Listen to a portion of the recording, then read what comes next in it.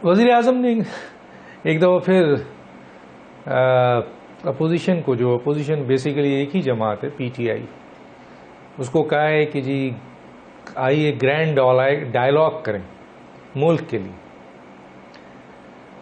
اور کیوں نہ معیشت کو بہتر کیا جائے۔ اب اس کے اوپر آپ نے یقیناً سن لیا ہوگا، پی ٹی آئی کے جو ترجمان ہیں فواد چودھری کا اسٹیٹمنٹ بھی ہے، دوسروں کا بھی اسٹیٹمنٹ ہے کہ انہوں نے میثاق کو ریگریٹ کر دیا، اور انہوں نے کہا کہ واحد حل یہ ہے کہ یہ امپورٹڈ حکومت جان چھوڑے اور ایک جنرل الیکشن ہو، اور جنرل الیکشن میں عوام جس کو بھی حکومت دیتے ہیں وہ فیصلہ کریں۔ اور وزیر اعظم ایک طرف تو معیشت کو بہتر کرنے کے لیے میثاق کی بات کرتے ہیں، اور دوسری طرف ہر روز ایک نیا وزیر اور ایک نیا آپ کے اسپیشل اسسٹنٹ، ایک ایڈوائزر لے لیتے ہیں۔ اس کا بوجھ کس کے اوپر آتا ہے؟ ایک سال کی حکومت نہیں ہے یہ، اور وہ حکومت جو ایک سال کی نہیں ہے اس میں 62-63 کراس کر گئے ہیں آپ کے کابینہ۔ تو یہ جو کابینہ بنتی ہے، اور اب جتنے بات پورٹ فولیو نہیں ہے اس سے زیادہ وزیر ہیں، تو یہ جو کابینہ بنتی ہے، یہ کابینہ کیا ایسے ہی بنتی ہے؟ ظاہر ہے ایک وزیر ہوتا ہے، اس کو پروٹوکول ملتا ہے۔ اب تو پروونشل لیول کو بھی، یعنی آپ دیکھ لیں کہ جو پروونشل لیول کے لوگ تھے ان کو وہاں جب حکومت چلی گئی تو ان کو اٹھا کر آپ نے یہاں کھپا دیا۔ پی ایم ایل این کے یا آپ کے اتحادیوں کے درمیان اس بات پر بڑے اختلافات ہیں، میں نام کوٹ نہیں کرنا چاہتا، لیکن بہت سارے پی ایم ایل این کے لیڈرز، بڑے لیڈرز یہ کہہ رہے ہیں کہ یہ زیادتی ہے کہ آپ جو ہیں وہ کھپا رہے ہیں، اور یہ بتائیے کہ یہ جو لوگ 62-63 اتنی لمبی آپ نے فوج بنائی ہے ان کی کارکردگی کیا ہے؟ دوسرا یہ ہے کہ یہ بتائیے کہ ان کے ساتھ جو مختلف منسٹریز ہوگی، جیسے میں نے کہا کہ پورٹ فولیو اتنا نہیں ہے جتنا یہ بن گئے ہیں، تو ان کا پورا پروٹوکول، ان کی گاڑی، ان کے اسٹیٹس، ان کا پیسہ، ان کے اوپر جو سب کچھ ہوگا، یہ کہاں سے آئے گا؟ ایک غریب ملک، اور وہ بھی وہ ملک جو اس وقت آپ بقول آپ کے کہ آپ کو ایسے ملا ہے جو ڈیفالٹ ہونے والا تھا، جو خزانہ خالی تھا، آپ ہی کہہ رہے تھے، تو ایک خالی خزانے والی حکومت جو معاشی طور پر اس وقت تباہی کے دہانے پر ہے، وہ پروٹوکول دے رہی ہے، وہ 62 کے قریب جو ہے وہ اس نے وزراء دے دیا ہے۔ ایک طرف تو یہ بات ہے، دوسری طرف یہ ہے کہ وہ میثاق وہ بار بار آپ کو کہہ رہے ہیں کہ کیوں میثاق بھائی، آئیے اور آ کر الیکشن کرائیے، اور انہوں نے کہا ہے کہ ہم گرا دیں گے، آپ بار بار جو ہیں وہ میثاق کی بات کر رہے ہیں۔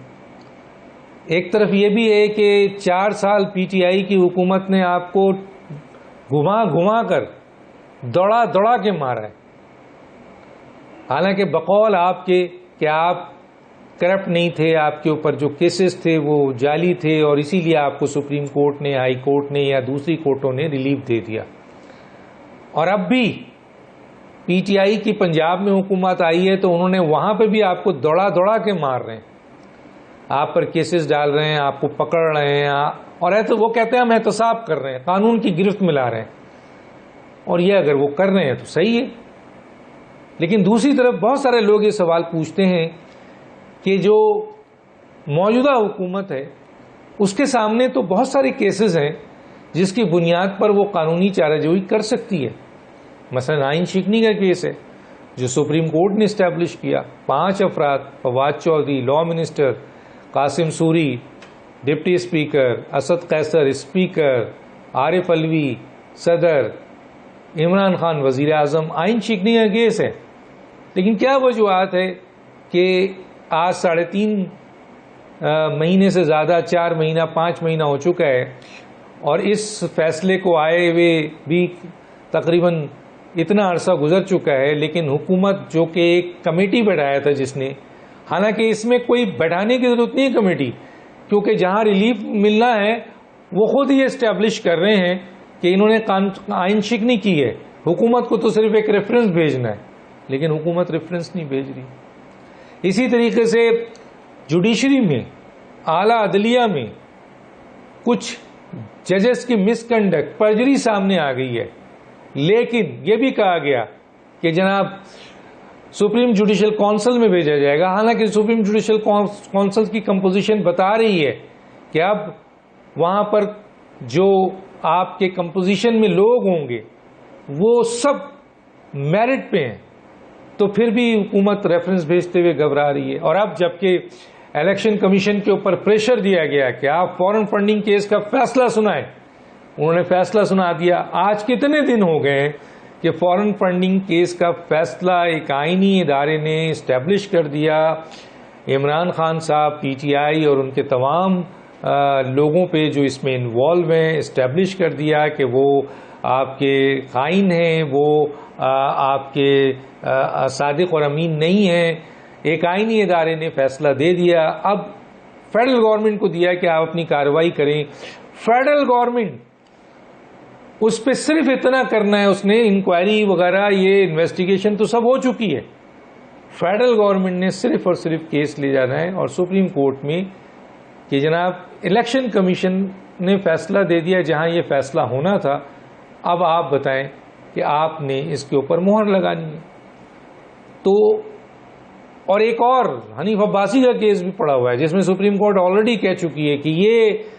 سپریم کورٹ کا کام نہیں ہے، الیکشن کمیشن اپنا فیصلہ سنائے تو پھر دیکھا جائے گا. تو الیکشن کمیشن نے تو وہاں فیصلہ دے دیا. تو نہ حنیف عباسی لے کے جا رہے ہیں، نہ حکومت یہ کیس کو لے کے جا رہی ہے الیکشن کمیشن کے فیصلے کے بعد. تو کیا وجوہات ہیں؟ تو بہت سارے لوگوں کا یہ تاثر ہے کہ یہ حکومت ایک بزدل حکومت ہے، 11 لوگوں کی ایک بزدل حکومت ہے جو صرف، اور 1-2 لوگوں سے بات ہوئی میری حکومتی بہت اہم عہدیداران سے، وہ کہتے ہیں جی کانفلکٹ میں نہیں پڑنا چاہتے. تو بھائی کانفلکٹ میں نہیں پڑنا چاہتے، یہ تو قانون اور آئین کی بات ہے، یہ تو وہ چیزیں ہیں جو میرٹ پہ احتساب ہے. تو آپ صرف اپنی حکومت چلانا چاہتے ہیں کہ یہ 1 سال کی حکومت چل جائے، کسی طرح کوئی ڈسٹربنس نہ ہو، کوئی پرابلم نہ ہو، اور یہ 62 63 64 وزیر عیاشی کرتے رہیں اور یہ پروٹوکول لیتے رہیں اور یہ کماتے رہیں، یہ ہوتا رہے. اور اسی طرح آپ کی میری حکومت چلتی رہے، اتحادیوں کی حکومت چلتی رہے، اور کسی ایسی چیز میں ہم جانے کو تیار نہیں ہے جس میں قانونی اور آئینی طور پر آپ گرفت کر سکتے ہیں. حالانکہ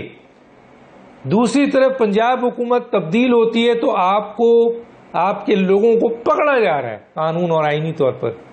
لیکن آپ ساری چیز ہونے کے باوجود نہیں پکڑ رہے ہیں. تو یہ ایک امپریشن آ رہا ہے، لوگ کہہ رہے ہیں، عام لوگ کہہ رہے ہیں کہ موجودہ حکومت صرف اپنی حکومت کو اور اپنی پروٹوکول کو اور اپنی عیاشیوں کو طوالت دینا چاہتی ہے، اور میثاق بھی اسی لیے کرنا چاہتی ہے تاکہ ان کی حکومت 1 سال کے لیے عیاشی کرتی رہے. ڈاکٹر دانش کو یاد دیجیے. اللہ حافظ.